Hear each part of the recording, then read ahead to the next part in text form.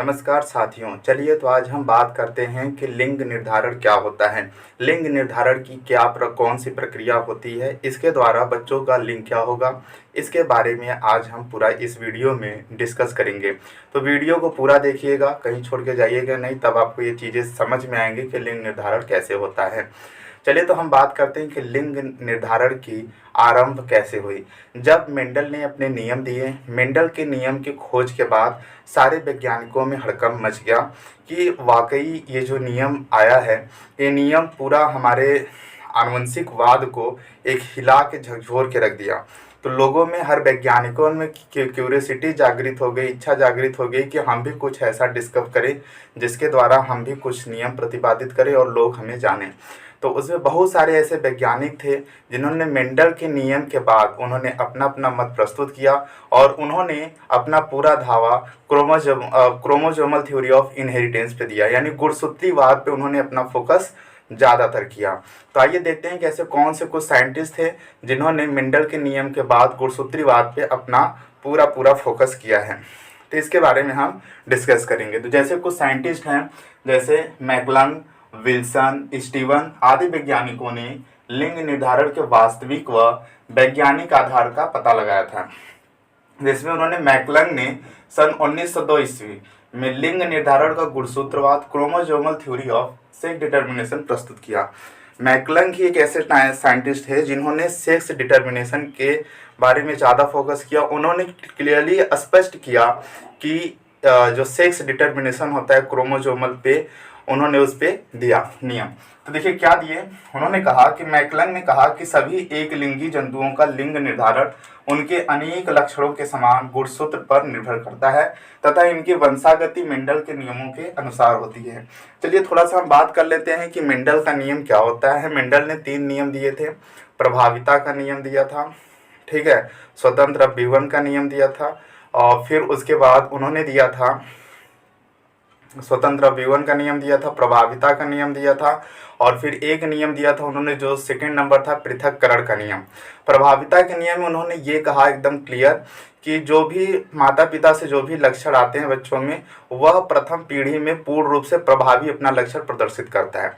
लेकिन पृथक्करण के नियम में क्या देखा कि जो F1 का जो प्रोजेनी था, जो कि रिसेसिव गुणसूत्र वाला था, वह अपना प्रभावी लक्षण जो है द्वितीय पीढ़ी में दिखाता है।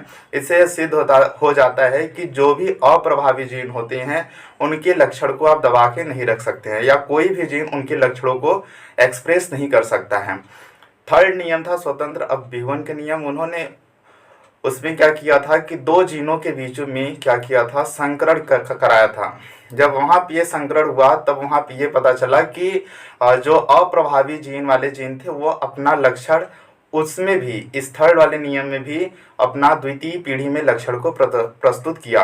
तो यानी कि यहाँ पे हम देख रहे हैं कि जो प्रभावी लक्षण वाला गुण है वह प्रथम या द्वितीय पीढ़ी में एक्सप्रेस हो रहा है। अगर प्रथम में नहीं हो रहा है तो द्वितीय में हो रहा है। मेंडल के नियम के कुछ अपवाद भी थे, जैसे मिराबिलिस जलाफा 4 o'clock प्लांट में वहाँ पे क्या देखा गया था, वहाँ पे देखा गया था कि जो प्रथम पीढ़ी आई थी वहाँ पे लाल पुष्प न होकर पूरा पिंक कलर के केवल फ्लावर आ रहे थे। इससे मेंडल का जो प्रभाविता का नियम था वो गलत साबित हुआ, और इससे ये सिद्ध हो गया कि मेंडल का जो प्रभाविता का नियम है वह हर जगह सही साबित नहीं हो सकता है। तो आइए बात करते हैं कि तो मैकलंग ने एक लिंगी जीव कहा। एक लिंगी का मतलब क्या होता है। एक लिंगी और द्विलिंगी जीवों में अंतर यह है कि एक लिंगी ऐसे जीव होते हैं जिनमें नर और मादा का भेद हो सके, यानी बाहर से ही आप दूर से ही उन्हें देख के पहचान सकते हैं कि नर है या फिर मादा है। लेकिन कुछ ऐसे भी जीव होते हैं जिन्हें आप दूर से पहचान नहीं सकते हैं कि वे एक लिंगी हैं फिर द्विलिंगी हैं। द्विलिंगी का उदाहरण अगर आप देखें तो हमारा हिबिस्कस रोजा सिनेंसिस, जिसे चाइना रोज कहते हैं, यानी गुड़हल का फूल, वो द्विलिंगी फ्लावर है। मनुष्य एक लिंगी प्राणी है, तो आप इनके अलग अलग मतलब ध्यान से देख सकते हैं कि एक लिंगी है कि द्विलिंगी है। नाउ अगर हम बात करें कि देखो यहाँ लिखा है लक्षणों के समान गुणसूत्र पर निर्भर करता है। यानी अब गुणसूत्र क्या होता है। गुणसूत्र एक आनुवंशिक आधार है जो कि माता पिता से बच्चों में आते हैं। ये हर एक मनुष्यों में, चाहे नर हो चाहे मादा हो, इनमें जो गुणसूत्रों की संख्या होती है, एक प्रत्येक कोशिका में 46 गुणसूत्र होती है। और इसके बारे में हम आगे चर्चा करेंगे कि जो गुणसूत्र होता है इसमें दो प्रकार के होते हैं, एक ऑटोसोम होता है और एक सेक्स क्रोमोसोम होता है। यानी एक समजात गुणसूत्र होते हैं और एक विषमजात गुणसूत्र होते हैं। जो समजात गुणसूत्र होता है वह नर और मादा में समान प्रकार के होते हैं, लेकिन विषमजात गुणसूत्र जो होता है वह मादा में समजात गुणसूत्र के बराबर होता है, जैसे होता है। लेकिन वहीं पुरुषों की बात करें, नर की बात करें, तो इनमें जो विषमजात गुणसूत्र होता है वह अलग होता है, जिसे एक्स और वाई से निरूपित करते हैं। इसको हम एक चित्र के द्वारा समझेंगे कि कैसे इसमें सेक्स डिटर्मिनेशन होता है।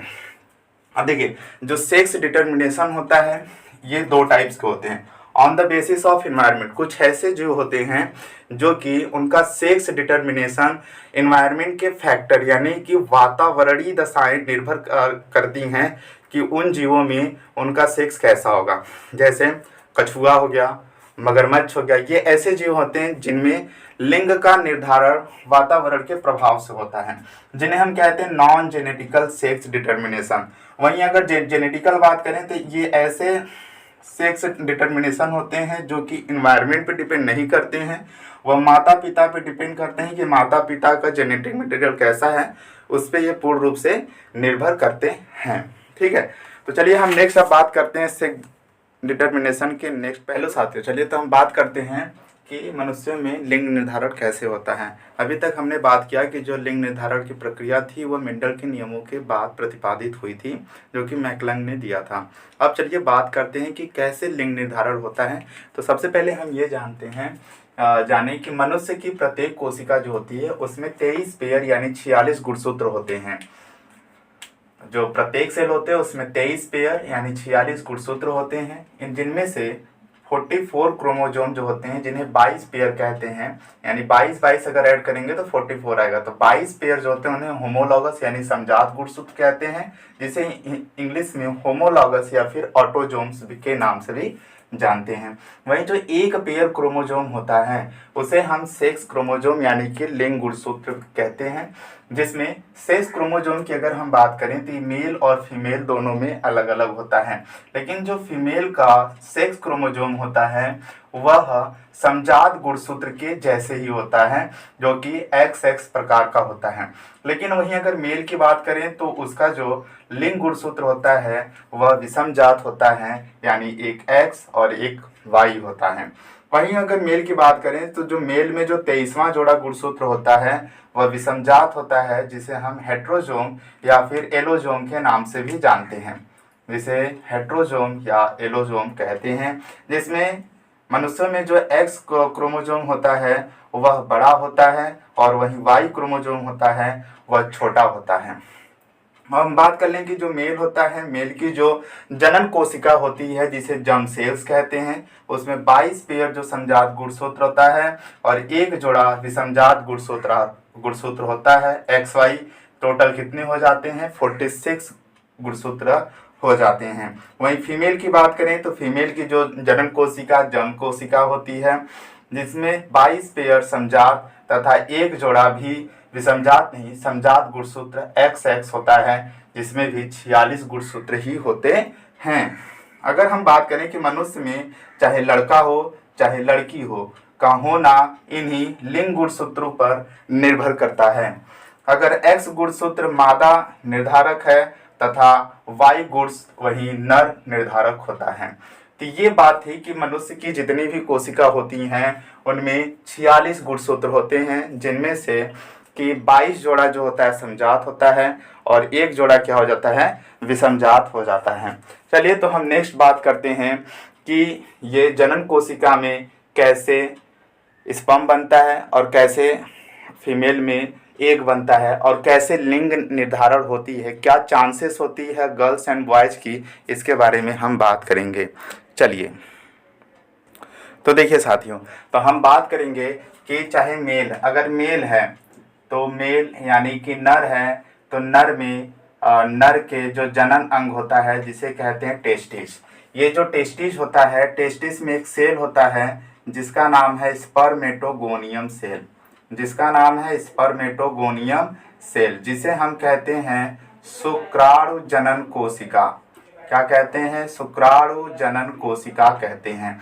ये शुक्राणु जनन कोशिका जो होती है इसमें अर्धसूत्री विभाजन होता है, जिसे हम इंग्लिश में कहते हैं मियोसिस। इस मियोसिस डिवीजन के फलस्वरूप 4 शुक्राणु बनते हैं। 4 शुक्राणु बनते हैं और इन चारों शुक्राणुओं में अगर हम बात करें तो जो 2 शुक्राणु और 2 शुक्राणु को अलग अलग हम विभक्त करें तो जो इसमें से 2 शुक्राणु होते हैं इसमें 22 प्लस x होता है और इसमें जो 2 होते हैं वह 22 प्लस y होता है। ठीक है। और वहीं अगर हम फीमेल की बात करें, मादा की, वहीं अगर हम फीमेल यानी मादा की बात करें तो मादा में ओवरी होता है, जनन अंग। इस ओवरी के अंदर एक सेल होता है जिसे बोलते हैं oogonium सेल। oogonium सेल यानी हिंदी में बोलते हैं अंडाणु जनन कोशिका। इस अंडाणु जनन कोशिका के अंदर हम बात करें तो होता है अर्धसूत्री विभाजन। जब अर्धसूत्री विभाजन होता है इसके फलस्वरूप, अर्धसूत्री विभाजन के फलस्वरूप जो अंडाणु बनते हैं उनमें गुणसूत्रों की संख्या 22 प्लस x ही होती है। उनमें गुणसूत्रों की संख्या क्या होती है, 22 प्लस x ही होती है। लेकिन मेल में अगर हम बात करें तो 2 इस शुक्राणु जो होते हैं 22 प्लस x होता है और 2 शुक्राणु जो होते हैं उनमें गुणसूत्रों की संख्या क्या होती है, 22 प्लस y होती है। अब इन्हीं के आधार पे हम चित्र के द्वारा निरूपित करके बताएंगे कि कैसे ये सेक्स डिटर्मिनेशन होता है, यानी लिंग निर्धारण कैसे आगे बढ़ती है, इसके बारे में हम डिस्कस करेंगे। तो चलिए हम एक फिगर के द्वारा समझते हैं कि लिंग निर्धारण कैसे होता है। इसके बारे में अगर हम बात करें जो स्पर्मेटोगोनियम सेल यानी शुक्राणु जनन कोशिका से जो शुक्राणु बनती है इस प्रक्रिया को कहते हैं शुक्राणु जनन कोशिका। वहीं अगर अंडाणु जनन कोशिका से अगर अंडाणु बनती है तो इस प्रक्रिया को कहते हैं अंडाणु जनन कोशिका। ठीक है। ये दोनों प्रक्रियाएं अलग अलग होती हैं। इन दोनों अलग अलग प्रक्रियाओं से जनन यानी युग्मकों का निर्माण होता है। यही युग्मक आगे चल के जब मेल और फीमेल का मीटिंग होता है तो मेल से शुक्राणु और फीमेल से अंडाणु जब दोनों आपस में मिलते हैं तो इस प्रक्रिया को कहते हैं निषेचन। तो निषेचन के फलस्वरूप ही जो युग्मनज बनता है जिसे जाइगोट कहते हैं, तभी सेक्स डिटर्मिनेशन की प्रक्रिया होती है, यानी लिंग निर्धारण उसी समय डिसाइड होता है कि गर्ल्स की चांस कितना है और बॉयज की चांस कितनी है। तो ये फर्टिलाइजेशन के फलस्वरूप जो लिंग निर्धारण की प्रक्रिया होती है इसी को हम चित्र के द्वारा समझेंगे कि ये प्रक्रिया कैसे होती है। तो साथियों अब हम बात करेंगे कि जो मेल होता है, अभी हमने बताया कि कैसे शुक्राणु जनन प्रक्रिया द्वारा ये बनते हैं और यहाँ पे ये बनते हैं। तो सपोज करो कि जो मेल है, मेल में गुणसूत्रों की संख्या कितनी है, 46, 44, 45 से 46। फीमेल में कितनी है, 44, 45 से 46 है, यानी ये सेल में क्रोमोसोम की नंबर है। अब इनसे क्या बनते हैं, युग्मक बनते हैं। हमने बताया कि अगर मेल में जो युग्मक बनने की प्रक्रिया होती है उसे शुक्राणु जनन कहते हैं, जिससे क्या बनता है, शुक्राणु बनता है। जिनमें से 2 शुक्राणु में क्रोमोसोम का नंबर 22 प्लस x होता है और दूसरे 2 शुक्राणु होते हैं उनमें क्रोमोसोम का नंबर क्या होता है, 22 प्लस 5 होता है। वहीं अगर फीमेल की बात करें तो फीमेल में जो युग्मक बनने की प्रक्रिया होती है उसे बोलते हैं अंडाणु जनन कोशिका, अंडाणु जनन कहते हैं। क्या कहते हैं, अंडाणु जनन कहते हैं। किससे बनता है, तो अंडाणु जनन कोशिका से बनता है, जिनमें अंडाणुओं का अगर क्रोमोसोम की नंबर बात करें तो 22 प्लस s 22 प्लस x होता है, यानी समजात होते हैं और ये क्या होते हैं, विषमजात होते हैं। अगर वहीं इनका लिंग निर्धारण की बात करें कि जब स्पर्म और एग जब मिलते हैं, फ्यूज होते हैं, तो क्या चांसेस बन सकते हैं, तो एक शुक्राणु जब एक से मिलता है तो क्या बन जाते हैं, 22 प्लस 22 तो कितना हो गया, 44 प्लस x और x मिले तो क्या हो गया, डबल x। ठीक है। अब ये वाला अंडाणु जो शुक्राणु है दूसरे अंडाणु से अगर फ्यूज करता है तो क्या बनाता है, 22 प्लस 22 44 प्लस x और x आ गया। तो ये देखो 2 एक बन गए, यानी यहाँ पे 2 युग्मनज बन गए। अभी हम बात करेंगे इनमें पॉसिबिलिटी क्या होती है। अब दूसरा शुक्राणु जो है जो 22 प्लस y है, जब वह 22 प्लस x वाले से मिलेगा तो 44 प्लस यहाँ पे y और यहाँ पे x है, तो इसे हम x और y लिख देंगे। ठीक है। वहीं दूसरी तरफ अब ये शुक्राणु दूसरे अंडाणु से अगर निषेचित होगा तो 22 22 44 प्लस x और y होगा, तो क्या हो जाएगा, x और y होगा। यानी अगर हम बात करें तो देखो यहाँ पे जो दो युग्मनज के जो चांसेस हैं वह कितने हैं, 50%। यहीं इसकी बात करें तो इसकी भी चांसेस कितनी है, 50%। ये जो 50% है ये गर्ल्स यानी पुत्री, और ये 50% जो है बॉयज यानी कि पुत्र। ठीक है। इससे ये हो गया कि जो लिंग निर्धारण के पश्चात जो पुत्र और पुत्री का जो रेशियो होगा वो 50-50% चांस होता है। अब वो प्रकृति के हाथ में होता है कि सेक्स डिटर्मिनेशन की जो प्रक्रिया होती है वह वाई वाला गुणसूत्र एक्स से फ्यूज हो जाए, पुत्र हो, या फिर एक्स वाला क्रोमोसोम एक्स वाले अंडाणु से अगर निषेचित हो जाए तो पुत्री हो। इसकी संभावना ह्यूमंस के ऊपर डिपेंड नहीं करता, ये प्रकृति के ऊपर डिपेंड करता है।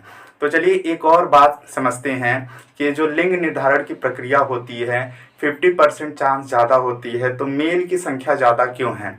तो चलिए हम एक बात करते हैं कि जो वाई क्रोमोसोम होता है, अभी मैंने पीछे बताया कि वाई क्रोमोसोम क्या होता है कि एक्स क्रोमोसोम से छोटा होता है। तो ये साइज में छोटा होने की वजह से ये तुरंत जाके एक्स क्रोमोसोम से मिल जाता है। आपने कहावत भी सुना होगा कि जो छोटे व्यक्ति होते हैं यानी देखन में छोटन लागे लेकिन घाव करे गंभीर, तो जो छोटा होता है वो छटकता बहुत ज़्यादा है, तो छटक के जाके एक्स से मिल जाता है। इसका एक रीज़न तो ये भी है, और दूसरा हम आपको बता दें कि जो वाई क्रोमोसोम होता है वह छोटा होता है, लेकिन उसके ऊपर एक जीन होता है जिसका नाम है SRY जीन। SRY जीन का फुल फॉर्म है सेक्स रीजन ऑन वाई, यानी कि वाई क्रोमोसोम पे क्या है, एक सेक्स रीजन होता है जिसे बोलते हैं SRY जीन। ये जो SRY जीन होता है ऑन द वाई, यानी जो SRY जीन होता है यही सेक्स डिटर्मिनेशन में ज़्यादा भाग लेता है, और जिसके वजह से पुत्रों की संभावना बढ़ जाती है। तो ये थी हमारी क्लास की सेक्स डिटर्मिनेशन कैसे होता है, सेक्स डिटर्मिनेशन की जो प्रक्रिया होती है वह मनुष्यों में कैसे होती है। उम्मीद करते हैं कि आपको सारी चीज़ें समझ में आई होंगी। आशा करते हैं कि आपको वीडियो लेक्चर बहुत अच्छा लगा होगा। जो भी आपको दिक्कत परेशानी हो आप हमें तुरंत कमेंट बॉक्स में बताएं कि कैसा वीडियो रहा, क्या प्रॉब्लम आप फेस कर रहे हैं, ये सारी चीज़ें आप हमें बता सकते हैं। वीडियो अच्छा लगे तो लाइक शेयर सब्सक्राइब जरूर करें। मिलते हैं नेक्स्ट वीडियो में नेक्स्ट टॉपिक के साथ। जय हिंद।